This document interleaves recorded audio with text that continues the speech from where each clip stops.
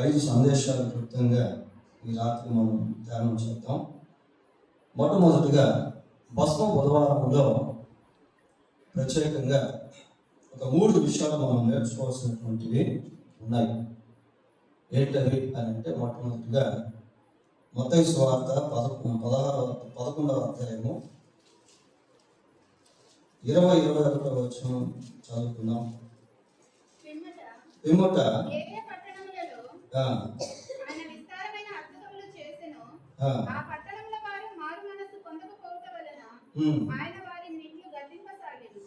అయ్యో కొరాజీనా, అయ్యో బెత్సయిదా, మీ మధ్యలో చేయబడిన అద్భుతములు తూరు సీదోను పట్టణములలో చేయబడిన ఎడల ఆ పట్టణముల వారు పూర్వమే గోనెపట్ట కట్టుకొని బూడిద వేసుకొని మారుమనస్సు పొందియుందురు. చాలు. ఇక్కడ బూడిదను గురించి ప్రభువు మాట్లాడతాము, గోనెపట్టం గురించి ప్రభువు మాట్లాడతాము. ఏమని చెప్తున్నాడు అంటే, అయ్యో కొరాజీనా, అయ్యో బెత్సయిదా. ఈ అయ్యో అనేటువంటి పదజాలము ఏదైనా ట్రాజడీ థింగ్స్, దుఃఖకరమైనటువంటి సంభవించినప్పుడు ఈ పదాన్ని వాడతారు. అయ్యో అలాగైనా. ప్రభువు ఈ పదాన్ని వాడుకలో బెత్సయిదా, కొరాజీనాలో అప్పటికే ఎన్నో అద్భుతాలు చేశాడు. ఎన్నో అద్భుతాలు చేసినప్పటికీ అక్కడ ఉన్నటువంటి ప్రజలు మారు మనసు పొందలేదు. చూడండి, దేవుడు కొన్ని అద్భుతాలు చేయటంలో ఆయన ఉద్దేశం ఏంటి అంటే, ప్రజలు మారు మనసు పొందాలి. మారు మనసు పొందినటువంటి ఆ పట్టణాలను గురించి ప్రభువు దుఃఖపడుతూ అయ్యో బెత్సయిదా, అయ్యో కొరాజీనా అని అంటారు. తూరు సీదోనులో చేయబడిన ఎడల ఆ పట్టణంలో వారు పూర్వమే గోనెపట్ట కట్టుకొని బూడిద వేసుకొని మారు మనసు.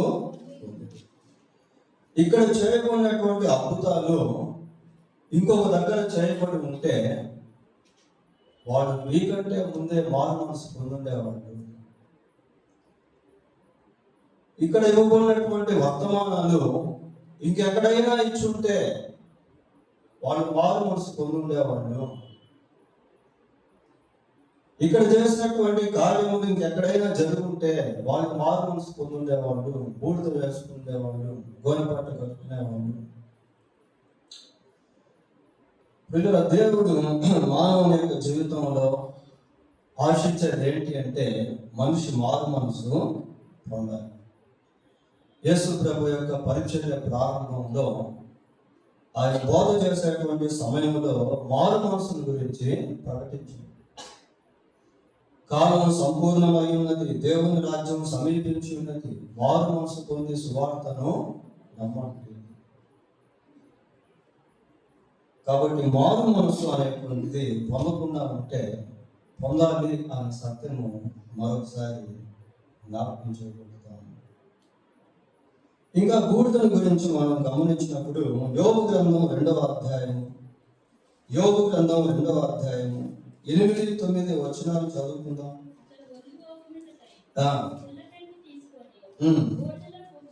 బూడిదలో కూర్చుండగా అతని భార్య వచ్చి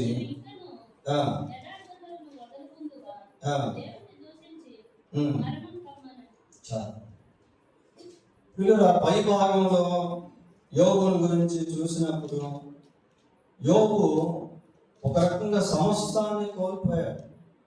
ఎన్నో సంవత్సరాలుగా సమకూర్చుకున్నటువంటి ఆస్తులు, అంతస్తులు, దాసులు, అలాగనే పెంచి పెద్ద చేసినటువంటి కుమారులు, కుమార్తెలు, Job lost everything, almost everything. సమస్తాన్ని యోబు కోల్పోయాడు. లాస్ట్కి శరీరంలో ఆరోగ్యం కూడా కోల్పోయాడు. ఎంతో దుఃఖంతో, బాధతో బూడిదలో కూర్చొని ఉన్నాడు. అయితే ఇక్కడ మనం గమనించాల్సింది ఏంటి అంటే, even though job has everything, he has the hope. యోబు సమస్తాన్ని కోల్పోయినప్పటికీ తన జీవితంలో ఒక నిరీక్షణ అనేటువంటిది ఉంది, దాన్ని కోల్పోలేదు. దేవునితో సహవాసాన్ని కోల్పోలేదు. దేవుని పట్ల తనకున్నటువంటి ఆ డిజైర్స్ ని, కోరికలను కోల్పోలేదు. వీళ్ళ మన జీవితంలో కూడా కొన్నిసార్లు అన్ని కోల్పోయిన స్థితిలోకి వెళ్ళిపోతాం. ఏదో తెలియనటువంటి ఒంటరితనం మనం వెంటాడుతూ ఉంటుంది. But we have a hope. అయితే మనకు ఒక నిరీక్షణ అనేది ఉంది. యోబు గ్రంథం 19వ అధ్యాయం 26-27 వచనాలు చూడండి. ఈలాగు నా చర్మము చీకిపోయిన తర్వాత శరీరముతో నేను దేవుని చూచెదను, నా మటుకు నేనే చూచెదను, మరెవరునూ కాదు. నేనే కన్నులారా ఆయనను చూచెదను. నాలో చాలు.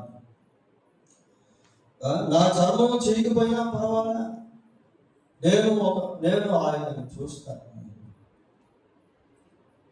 మన జీవితంలో కూడా కొన్నిసార్లు ప్రతికూలమైనటువంటి పరిస్థితులు గుండా వెళ్ళాల్సి వస్తే, దుఃఖంతో, బాధతో, వేదనతో పరిస్థితులు గుండా వెళ్ళాల్సి వస్తే అక్కడ దేవుని వైపు చూడటం, దేవుని యొక్క నిరీక్షణ కలిగి జీవించడం, దేవుని కోసం కనిపెట్టుకోవడం కూడా చూడండి. తర్వాత దేవుడు యోబును రెండంతలుగా ఆశీర్వదించాడు. తాను కోల్పోయినటువంటి అంతా కూడా తిరిగి దేవుడు ఇచ్చాడు. మళ్ళీ కుమార్తెను కూడా ఇచ్చాడు. దేవునికి అసాధ్యమైనది ఏది కూడా లేదు. జరిగిపోయిన దాన్ని ఆయన మరలా రప్పించేటువంటి. ఇంకా బూడిదల గురించి మనం ఆలోచన చేసినప్పుడు దానియేలు గ్రంథం 9వ అధ్యాయము 3వ వచనం చూడండి. 9వ అధ్యాయము 3వ వచనం. అంతటా నేను గోనెపట్ట కట్టుకొని ధూళి తలపైన వేసుకొని ఉపవాసం ఉండి ప్రార్థన విజ్ఞాపనముల చేత చేయుటకై చాలు. మనసును నిబ్బరం చేసుకున్నాడట ప్రియులారా. దేని విషయంలో అంటే ప్రార్థన చేసుకునేదానికి, విజ్ఞాపన చేసుకునేదానికి. గోనెపట్ట కట్టుకొని ధూళి తలపైన వేసుకొని ప్రార్థన విజ్ఞాపనలు చేయుటకు మనసును సిద్ధపరుచుకున్నాడు, ఉపవాసం ఉన్నాడు. ఇక్కడ మనం గమనించాల్సింది ఏంటంటే, దానియేలు బబులోను సామ్రాజ్యంలో ఉన్నప్పుడు దేవుని యొక్క ప్రజలు ఎంతో దుఃఖంతో చెరలో ఉన్నటువంటి సమయంలో దేవుని సన్నిధికి వెళ్ళి విజ్ఞాపన చేస్తాను. 7వ వచనం చదవండి. ప్రభువా నీవే నీతిమంతుడవు, మేమైతే సిగ్గుచేత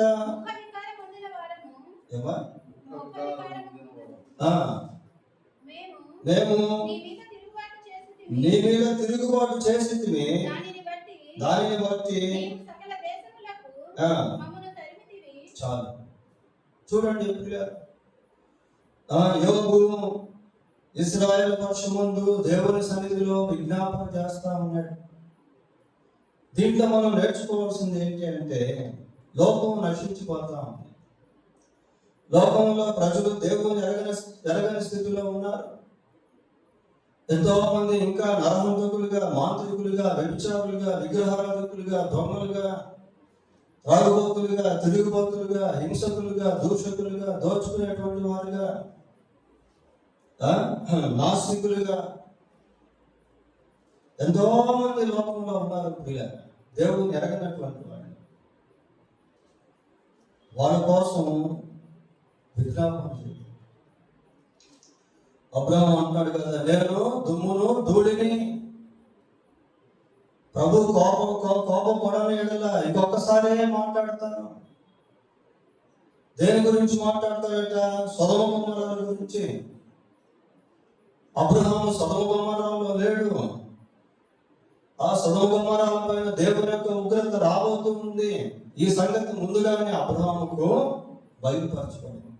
ప్రియులారా, మరి ఈ లోక పరిస్థితి భవిష్యత్తు ఎలాంటిదో అనేది లోకానికి తెలియదు, కానీ విశ్వాసికి తెలుసు. ప్రకటన గ్రంథం 1వ అధ్యాయం 1వ వచనంలో ఏమనుంది? యేసుక్రీస్తు తన దాసులకు కనపరచుటకు దేవుడు ఆయనకు అనుగ్రహించిన ప్రత్యక్షత. చాలు. తన దాసులకు కనపరచుటకు ఏం కనపరిచాడు? ప్రకటన గ్రంథంలో మనం చూస్తే దేవుని యొక్క ఉగ్రత, దేవుని యొక్క ప్రచండమైన కోపము భూమి మీదకు ఏ విధంగా రాబోతుందో ఇది భూలోకానికి తెలియదు, లోకానికి తెలియదు ప్రియులారా, కానీ నీకు నాకు తెలుసు. సార్వత్రిక సంఘానికి దేవుడు బయలుపరిచాడు. యేసుక్రీస్తు తన దాసులకు కనపరచుటకు, లోకానికి దాసులకు కనపరచుటకు. So we know what is going on. ఏం జరుగుతూ ఉందో, ఏం జరగబోతుందో, దేవుని యొక్క కోపం భూమి మీదకి ఏ విధంగా రాబోతుందో, ఎటువంటి మారణ హోమాలు, రక్తపాతాలు, యుద్ధాలు, కరువులు భూమి మీదకు రాబోతూ ఉన్నాయో. అయితే మనము లోకం కోసం ప్రార్థన చేస్తున్నామా? ఈవెన్ మన కుటుంబంలో ఇంకా ఎవరైనా మారు మనసు పొందకుండా ఉంటే, అరే వీళ్ళు చనిపోతే ఆ నరకానికి వెళ్తారు కదా, ఒకవేళ యేసు ప్రభు ఈ రోజు వస్తే వీళ్ళ పరిస్థితి ఏంటి, వీళ్ళు విడవబడితే వీళ్ళ పరిస్థితి ఏంటి, దేవుని ఉగ్రతలోకి వెళ్ళిపోతారు కదా అన్న భావము మనం కలిగి ఉన్నామా?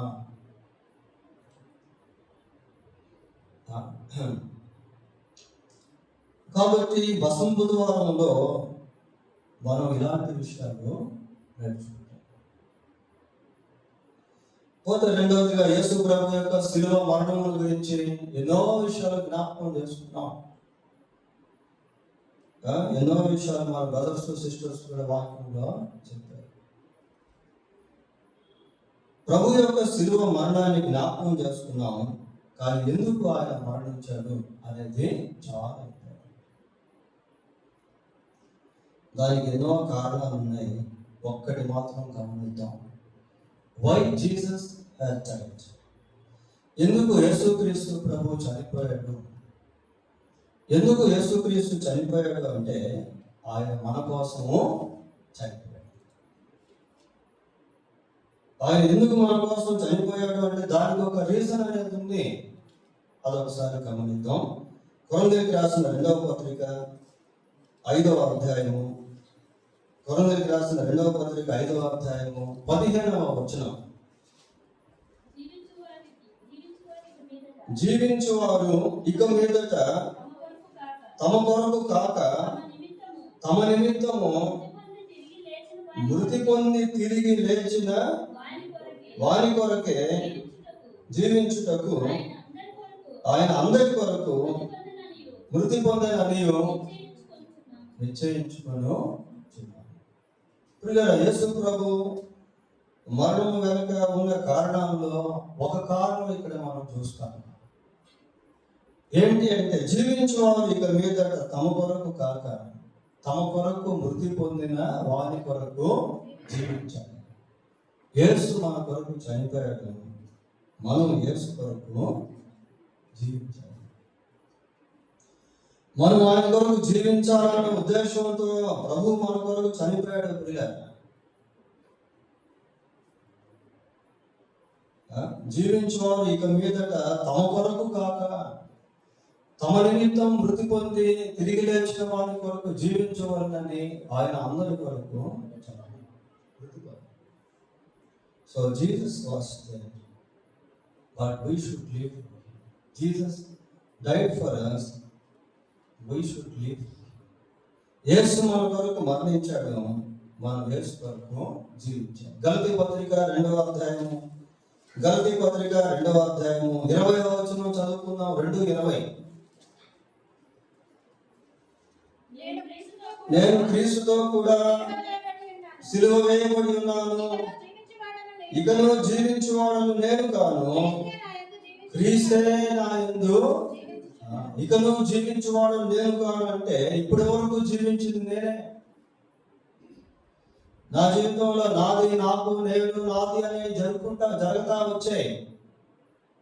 ఇక మీదట జీవించువాడును నేను కాను, క్రీస్తే నా యందు. అటువంటి స్థితిలో వెళ్ళిపోయాడు. అందుకే పౌరులను చూసిన వాళ్ళు అరే యేసుక్రీస్తు లాగే జీవిస్తున్నాడు, నేను క్రీస్తుని పోలి నడుచుకొచ్చిన ప్రకారం మీరు నన్ను పోలి నడుచుకోండి.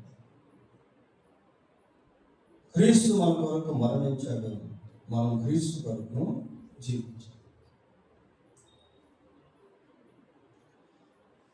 మూడవదిగా మరి పామ్ సండేని మనం చూసాం, మట్టల ఆదివారం.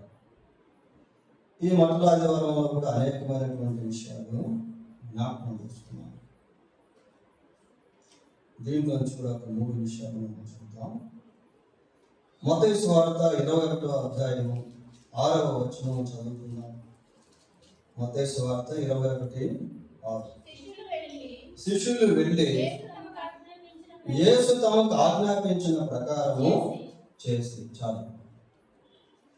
శిష్యులు వెళ్ళారు, యేసు తమకు ఆజ్ఞాపించిన ప్రకారము చేస్తారు. శిష్యులు ఏం చేశారు అంటే యేసు ప్రభు ఏదైతే చేయమన్నాడో దాన్ని చేస్తారు. దీంట్లో మనం గమనించాల్సింది ఏంటి అంటే కంప్లీట్ ఒబీడియన్స్, ఎంటైర్ ఒబీడియన్స్, సంపూర్ణ విధేయత అనేది శిష్యుల్లో మనం చూస్తా ఉన్నాం.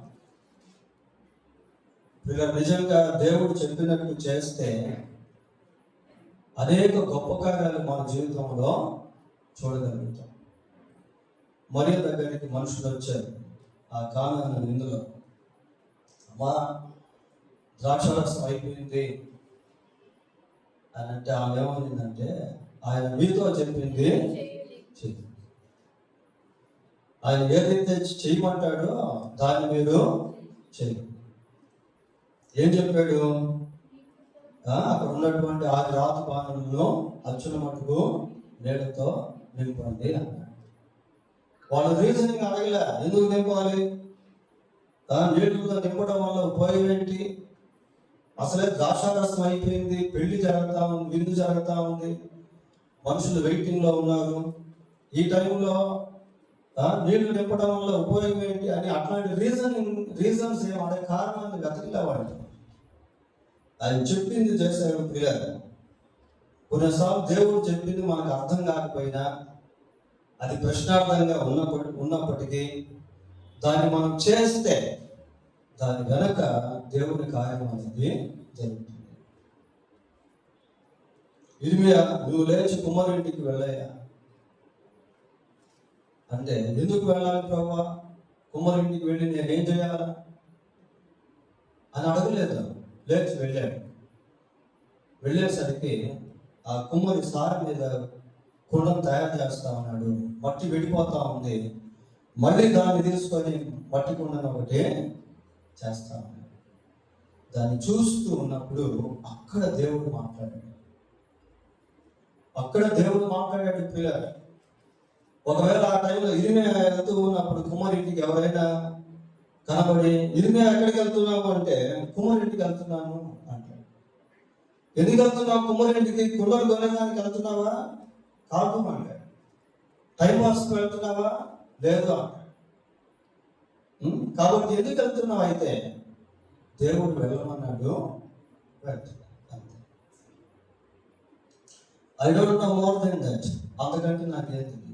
ఆయన వెళ్ళమన్నాడు, వెళ్తాను. ఇలా కొన్నిసార్లు దేవుడు చేయమన్నది మనకి అర్థమైనా అర్థం కాకపోయినా చేస్తే దాని వెనక దేవుని యొక్క కార్యాలను మనం చూసేటువంటి వారంగా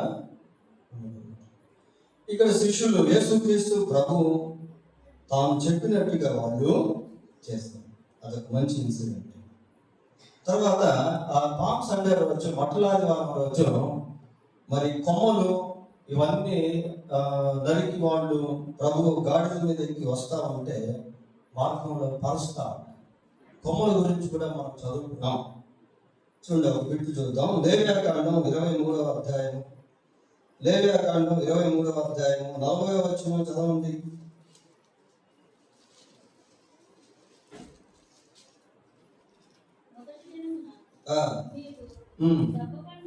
దబ్బ పండ్లను, ఈత మట్టలను, గొంజి చెట్లను, కాలువల యొద్ద నుండు నిరవంజి చెట్లను పట్టుకొని 7 దినములు నీ దేవుడైన యెహోవా సన్నిధిని ఉత్సహించుచుండెను. దేవుని సన్నిధిలో ఆనందించుట.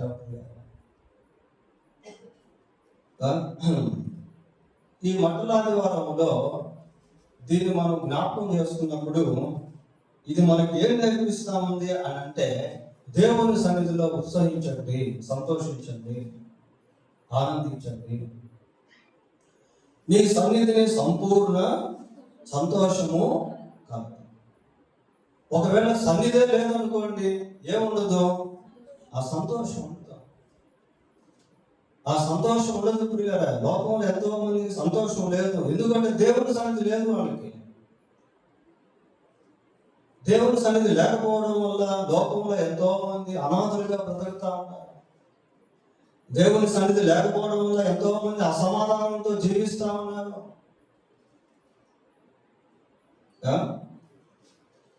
దేవుని సన్నిధిలో సంతోషించడం ప్రియులారా. కొంత సమయం దేవుని సన్నిధిలో ప్రశాంతంగా కూర్చొని పాటలు పాడుతూ ప్రభువుని ఆరాధిస్తూ ఉంటే ఎంతో సంతోషం. ఎవరికైనా ఒక సువార్త పత్రిక ఇచ్చి సువార్త చెప్తే ఎంతో సంతోషం. కొంతసేపు దేవుని వాక్యం చదువుతూ ఉన్నప్పుడు దేవుడు మనతో మాట్లాడితే ఎంత సంతోషమో. దేవుని కొరకు ఏదైనా చేస్తా ఉంటే, దేవుని కొరకు జీవిస్తా ఉంటే ఎంతో గొప్ప సంతోషం. నీ ఆనంద ప్రవాహంలోనిది నీ వారికి సాగిస్తా. నీ మందిరం యొక్క సమృద్ధి చేత వారిని సంతృప్తి పరుస్తా. So rejoice in the Lord, rejoice in the presence of God. దేవుని సన్నిధిలో ఆనందించడం. ఇంకా ఈ హోసన్నా అనేటువంటి పాడే సమయంలో జకర్యా గ్రంథం 9వ అధ్యాయం 9వ వచనం ప్రవచనం అనేది నెరవేర్చబడుట అనేది మనము చూసాము. ఇదిగో నీ రాజు వస్తాను, సీయోను కుమారి బహుగా సంతోషించండి, నీ రాజు నీతి పరుడును రక్షణ గల వాడును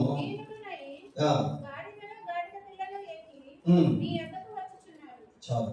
ఈ ప్రవచనం అనేది ఆ రోజు నెరవేర్చింది. ఇక్కడ యేసుక్రీస్తు ప్రభువుని గురించి, ఆయన జన్మలో, ఆయన జీవితంలో, ఆయన మరణానికి ముందు, మరణంలో, మరణం తర్వాత ప్రవచనాలు ఒక్కొక్కటి రాయబడినవన్నీ కూడా నెరవేర్చబడతా వచ్చాయి. ఏది మిస్ కాలేదు. ఆయన ఖచ్చితమైనటువంటి దేవుడు, మెస్సయ్య, రక్షకుడు అన్న సత్యము ఈ ప్రవచనాల నెరవేర్పులో మనము చూస్తాం. మనం నమ్మినటువంటి దేవుడు ఖచ్చితమైనటువంటి వాడు. ఆయన సాత్వికుడు, దీనుడు, రక్షణ గల వాడు అని మనము చూస్తాము. సో మనం ఎవరినైతే దేవుడిగా కలిగి ఉన్నామో ఆ దేవుని యొక్క గొప్పతనాన్ని మనం జ్ఞాపకం. ఇంకా నెక్స్ట్ గుడ్ ఫ్రైడే అనగానే మనకు గుర్తొచ్చేది శిలువ పైన యేసు పలికిన 7 మాటలు. ఈ 7 మాటల ధ్యానం మనకు ఎంతో దీవెన. అందులో ఉన్నటువంటి విషయాలు మనకు అర్థమైతే, మొదటి మాట ఏమన్నాడు ప్రభువు? తండ్రి వీరేమి చేయుచున్నారో వీరు ఎరుగురు కనుక వీరిని క్షమించండి. క్షమాగుణం ప్రియ. క్షమాగుణం, యేసు ప్రభు యొక్క క్షమాగుణాన్ని ఆ మొదటి మాటలో మనము జ్ఞాపకం చేసుకోవాలి. మీ శత్రువులను ప్రేమించండి, మిమ్మల్ని హింసించే వారి కొరకు ప్రార్థన చేయండి, ఒకరినొకరు క్షమించుకోనండి. క్షమించుకుంటే ఇక ద్వేషం అనేది ఉండదు. క్షమాపణ ద్వేషాన్ని జయిస్తుంది. ప్రియులారా, చాలా కుటుంబాల్లో, చాలా మనుషుల మధ్య క్షమాపణ అనేది ఉండదు. క్షమాపణ అనేది ఎలా ఉంటుంది అంటే తగ్గింపులో నుంచి పుట్టుకొస్తుంది. కొన్నిసార్లు ఎవరినైనా మనం సారీ అడగాలన్నా కూడా మన అహం అనేది అర్థం వస్తాం. అయితే క్షమాగుణం ఏం చేస్తుంది అంటే అహాన్ని తీసివేస్తుంది. యేసుక్రీస్తు ప్రభువు శత్రువులను గురించి విజ్ఞాపన చేస్తూ అంటున్నాడు, తండ్రి మీరేం చేయించున్నారు, వీరిని క్షమించు. రెండవ మాటలో నేడు నీవు నాతో కూడా పరదేశంలో ఉంటున్నావు. Jesus reminds the Paradise.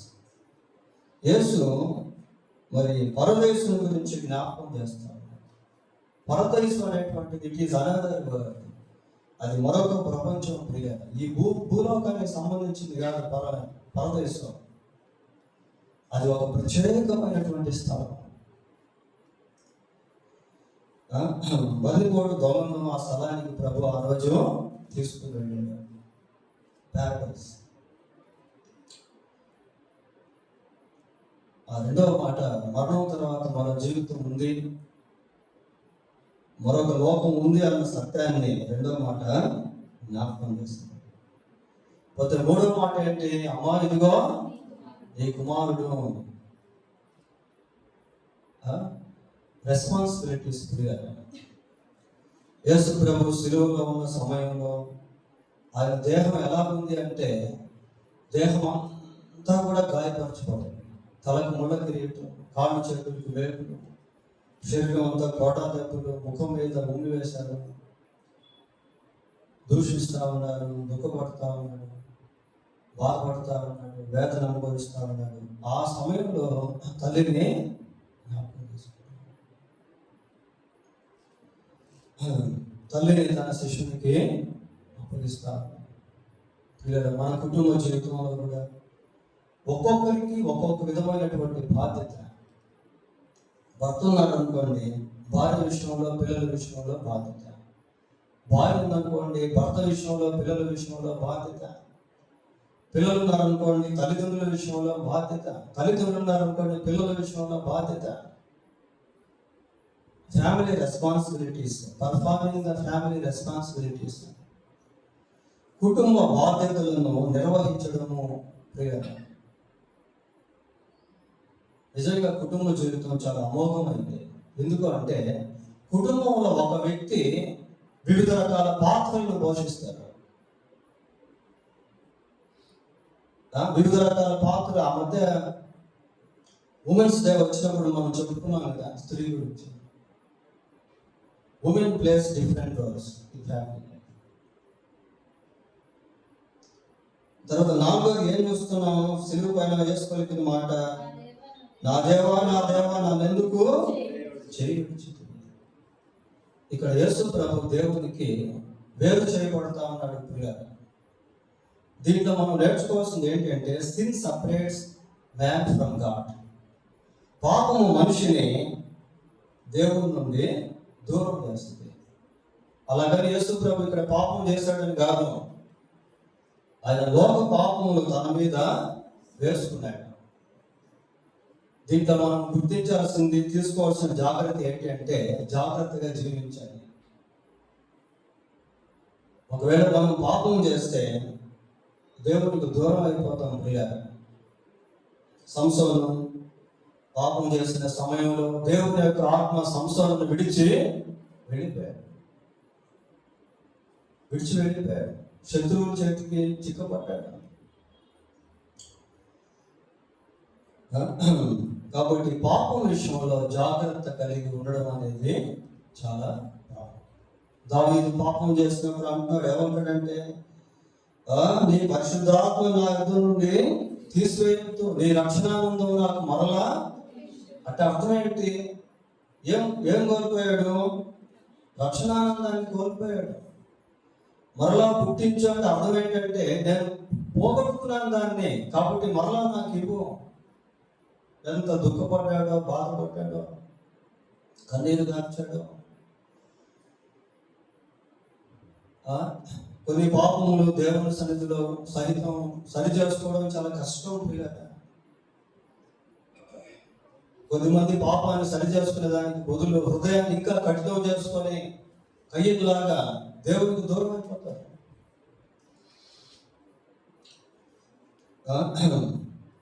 కాబట్టి 4వ మాటలో మనం అది వేసుకుంటాం. పోతే 5వ మాట ఏంటి? నేను తప్పికొను. చాలా ప్రాముఖ్యమైన మాట. యేసు ప్రభు శిలువలో ఎన్ని మాటలు మాట్లాడారు? 7 మాటలు మాట్లాడాడు పిల్లలు. ఈ 7 మాటల్లో 3 మాటలు దేవునితో మాట్లాడాడు. మొదటి మాటలో తండ్రి మీరేం చేస్తున్నారో తండ్రితో మాట్లాడు. మధ్య మాటలో నా దేవా నన్ను ఎందుకు. చివరి మాటలో తండ్రి నీ చేతికి నా ఆత్మను. కాబట్టి 3 మాటలు యేసుక్రీస్తు ప్రభు తండ్రితో మాట్లాడాడు. 2 మాటలు అక్కడ ఉన్న వాళ్ళతో మాట్లాడాడు. తల్లితో మాట్లాడాడు, శిలువ మీద ఉన్న దొంగతో. ఇంకెన్ని మిగిలాయి? అక్కడ 3, ఇక్కడ 2 మిగిలాయి. ఎన్నైనాయి? ఇంకెన్ని మిగిలాయి? 2 మాటలు మిగిలాయి. ఈ 2 మాటల్లో ఒకటి యూనివర్సల్ గా మాట్లాడాడు. యూనివర్సల్ మాట ఏంటంటే సమాప్తమైనది. సమాప్తమైనది. పాపులను రక్షించుట క్రీస్తు లోకమునకు వచ్చింది. అది సమాప్తమైనది. పోతే ఇంకొక్క మాట మిగిలింది. ఏం మాట అది? అది మాత్రం తన కోసం మాట్లాడు. ఈ 7 మాటల్లో తన కోసం మాట్లాడుకున్నది ఒకే ఒక మాట పిల్లాడు. ఏం మాట్లాడాడు? దప్పికొనుచున్నాను అని. దాన్ని మనం లిటరల్గా తీసుకోవచ్చు, స్పిరిచువల్గా కూడా తీసుకోవచ్చు. ఆయన సంపూర్ణ మానవుడిగా శిలువ మీద శిక్షను అనుభవించాడు. నిజంగానే ఆయన దప్పిగా. అదే సమయంలో ఆధ్యాత్మికంగా ఆలోచిస్తే యేసు ప్రభు యొక్క దప్పిక ఏంటి అంటే మనుషులు మారు మనస్సు పొందాలి. సమయ ప్రాంతానికి వచ్చినప్పుడు ప్రభు అంటాడు, నన్ను పంపిన వారి చిత్తము నెరవేర్చుటే, ఆయన పని తుదముట్టించుటే నాకు ఆహారం. నా ఆహారం అదే. ఆయన పని తుదముట్టించాలి. నశించిపోతున్న ఆత్మల విషయంలో ప్రభువుకి ఎంతో దాహం పోయారు. తర్వాత ఇంకా ఒక మాట మనం మత్తయి సువార్తలో చూస్తాం 5వ అధ్యాయంలో, నీతి కొరకు ఆకలి దప్పులు గలవారు ధన్యులు, వారు తృప్తిపరచ. నీతి కొరకు ఆకలి దప్పులు. నీతి కొరకు ఆకలి దప్పులు అంటే ప్రభు కోసం మనం జీవించాలనేటువంటి తృష్ణ. నేను నీతిమంతుడిగా జీవించాలి, నేను యథార్థవంతుడిగా జీవించాలి, నేను సత్యవంతుడిగా జీవించాలి. ఆ దాహం మనం కలిగి ఉండాలి. మొదట ఆయన రాజ్యము నీతిని వెతకాలి. నెక్స్ట్ ఏమన్నాడు? సమాప్తమైనది. It is finish. ఆయన వచ్చినటువంటి కార్యక్రమాన్ని సంపూర్తి చేశాడు, పనిని ముగించాడు. దీంట్లో నుంచి మనం ఏం నేర్చుకోవాలంటే, మనం చనిపోక ముందు మనం ఏదైతే చేయవలసి ఉన్నదో దాన్ని చేసి ముగించడం. మనిషి మరణించేటువంటి టైంలో కొన్ని పనులు పెండింగ్లోనే ఉండిపోతాయి. నేను అంతకుముందు ఒకసారి మెసేజ్ చెప్పాను, చనిపోకముందు మనం ఏం చేసి చనిపోవాలి. కొన్ని పనులు పెండింగ్లోనే ఉండిపోతాయి పిల్లలు. అలా కాకుండా చనిపోక ముందే చేయవలసిన పనులన్నీ కూడా చేసి ముగించాలి. దేవుడు కృప చూపిస్తాడు. పౌలు అంటాడు, ఏమంటాడు? నా పరుగును తుదముట్టించాను. అది ఫినిష్డ్ మై ట్రయల్. మంచి పోరాటం, విశ్వాసమును. ఎటువంటి స్టేట్మెంట్ చూడండి. ఇక చనిపోతాడు, ఇంక పానార్పణంగా లేక శిరఛేదనం చేయబడబోతున్నాడు ఆ టైంలో. అప్పుడు రాశాడు ఆ మాటలు.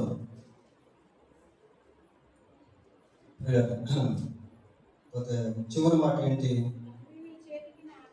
తండ్రి నీ చేతికి నా ఆత్మను అప్పగించుకును. Jesus speaks about the spirit.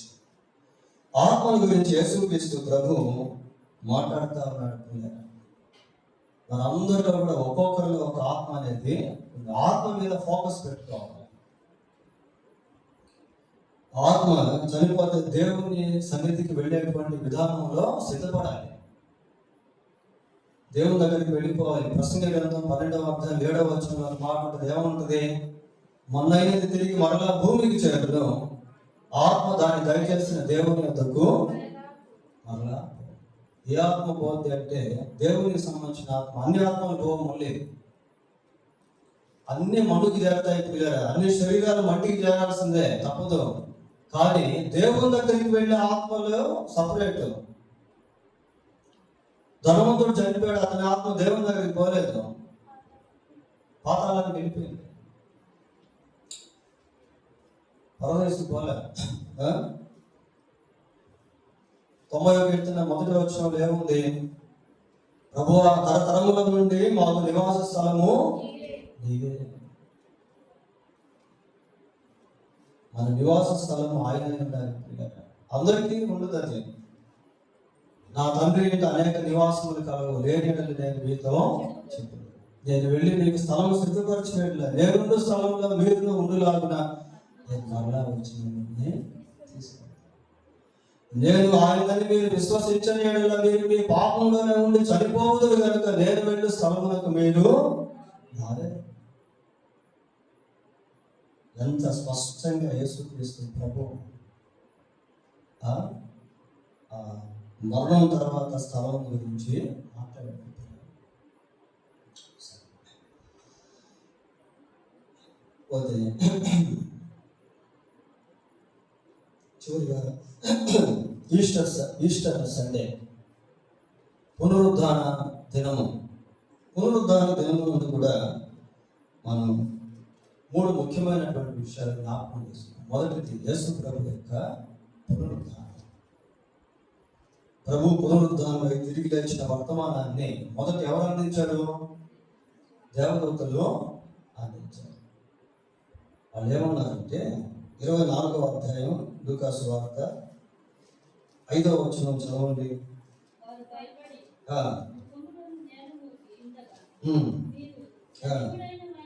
సజీవుడైన వారిని మృతుల్లో ఎందుకు మీరు వెతుకుతారు?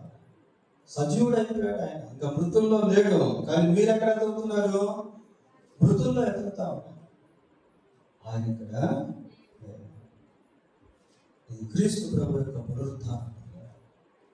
రెండవ పునరుద్ధానంలో విశ్వాసుల పునరుద్ధానాన్ని మనం చూస్తాం. దశలోకి రాసిన మొదటి పత్రిక 4వ అధ్యాయం 16-17 వచనాల్లో ఏమని చదివాము? క్రీస్తునందు మృతులైన వారు మొదట ఆ మీదట సజీవమైన నిలిచిండు మనము వారితో కూడా ప్రభువును ఎదుర్కొంటూ ఆకాశ మండలంలో దయగా. So we have a future hope even though we face death. మనం మరణించిన మనకు భవిష్యత్తు నిరీక్షణ అనేది కలుగుతుంది. తర్వాత ఇంకొక పునరుద్ధానం, మృతుల పునరుద్ధానాన్ని మనము చూసాం. క్రీస్తు ప్రభువునందు విశ్వాసం ఉంచకుండా, పాప క్షమాపణ పొందకుండా చనిపోయినటువంటి వారు కూడా ఒకరోజు తిరిగి లేస్తారు. దేనికి అంటే తీర్పుకి వస్తారు. వాళ్ళంతా కూడా తీర్పు తీర్చుబడి వాళ్ళు నిత్య నరకంలోకి ఉంటారు. అయితే పునరుద్ధానం రోజు ఎంతో మంది ప్రభు యొక్క పునరుద్ధానుడైన ప్రభువుని చూశారు. వారిలో మొట్టమొదటి వ్యక్తి ఎవరు? మగ్దలేనే మరియాను మనం చూస్తాం. పిల్లల మార్క్స్ 16వ అధ్యాయం 9వ వచనంలో ఆ మాట రాయబడి ఉంటుంది. చూడండి ఒకసారి మార్క్స్ వార్త 16వ అధ్యాయము 9వ వచనం. ఆదివారము తెల్లవారినప్పుడు యేసు లేచి తాను 7 దయ్యములను వెళ్ళగొట్టిన మగ్దలేనే మరియకు మొదట యేసుక్రీస్తు ప్రభు పునరుద్ధారుడైనటువంటి యేసుక్రీస్తు ప్రభు ఈ వచనం ప్రకారము మొదటిగా మగ్దలేనే మరియకు కనిపించింది. అక్కడ ఊరికే మగ్దలేనే మరియ అని రాశారా, ఇంకేం రాశారు? 7 దయ్యములు వెళ్ళగొట్టిన. ఈ పేరు మెన్షన్ చేసినప్పుడల్లా దాదాపుగా అన్ని దగ్గరలో 7 దయ్యాలు వెళ్ళగొట్టబడిన మగ్దలేనే మరియ. స్త్రీకి ఒక దయ్యం పడితేనే ఎంతో భయంకరంగా ఉంటుంది. స్త్రీకే కదా, ఎవరికైనా. యేసు ప్రభు ఒక మాట అంటాడు, ఏమంటాడంటే అపవిత్రాత్మ ఒక మనుషుని విడిచి, చదవండి ఒకసారి మత్తయి సువార్త 12వ అధ్యాయము 43వ వచనం చదవండి. 12:43. అపవిత్రాత్మ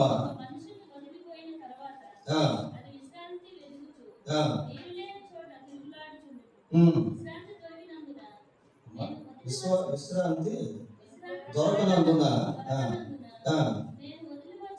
నేను వదిలి వచ్చిన నా ఇంటికి తిరిగి వెళుతున్నా అనుకొని వచ్చి చూచి వెళ్ళి ఎన్ని దయ్యాలట? 7 దయ్యాలట. పిల్ల అదే చెడ్డది అనుకుంటే తనకంటే చెడ్డబట. 7 దయ్యాలు ఆమె శరీరంలో ఎంతకాలం నివాసం చేశాయో, ఆ దయ్యాల చేత ఎంతగా బాధించబడిందో, ఎన్నిసార్లు ఆమెను చంపాలనే ప్రయత్నంలోనికి తీసుకెళ్ళాయో. కానీ యేసుక్రీస్తు ప్రభు ఆమెకు విడుదల ఇచ్చాడు. ఇక్కడ మనం గుర్తుంచుకోవాల్సింది ఏంటంటే, యేసు ప్రభు ఆ మగ్దలేనే మరియకు 7 దయ్యముల నుండి విడుదల ఇచ్చిన తర్వాత క్షణం నుండి చివరి వరకు ప్రభువును విడవకుండా జీవించింది. ఇప్పుడు she has a gratitude heart towards Jesus. యేసు ప్రభు పట్ల కృతజ్ఞత హృదయం కలిగి ఆమె జీవిస్తూ వచ్చింది. అందుకే లూకా సువార్త 8:2 కూడా ఒక మాట మనం చూస్తాం. చూడండి, లూకా 8:2. లూకా 8:2.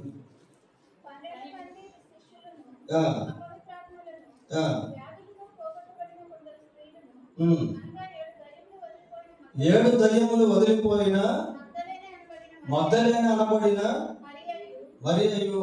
చాలు, వాళ్ళంతా ప్రభుకి పరిచయం చేస్తాం. మరి దయ్యాలు వెళ్ళగొట్టబడిన తర్వాత మళ్ళీ తిరిగి లోకంలోకి వెళ్ళిపోలేదు. మళ్ళా తన ఇష్టానుసారంగా జీవించలేదు. ప్రియులారా, ప్రభువుని వెంబడిస్తా వచ్చింది. ఎంతవరకు అంటే చివరి వరకు. ప్రభు పునరుద్ధారమై తిరిగి లేచినప్పుడు కూడా ప్రభు పట్ల ఆమెకున్నటువంటి ప్రేమను వెల్లడిపరిచింది. దీంట్లో మనం నేర్చుకోవాల్సింది ఏంటి అంటే, following Jesus up to the end. ప్రభువును చివరి వరకు వెంబడించడం ప్రియులారా, చివరి వరకు అట్టి పెట్టుకుని జీవించడం, చివరి వరకు ప్రభువును కలిగి జీవించడం. ఎన్నో సమస్యలు, ఎన్నో కష్టాలు, ఎన్నో శోధనలు, ఎన్నో బాధలు, ఎన్నో వేదనలు వస్తాయి.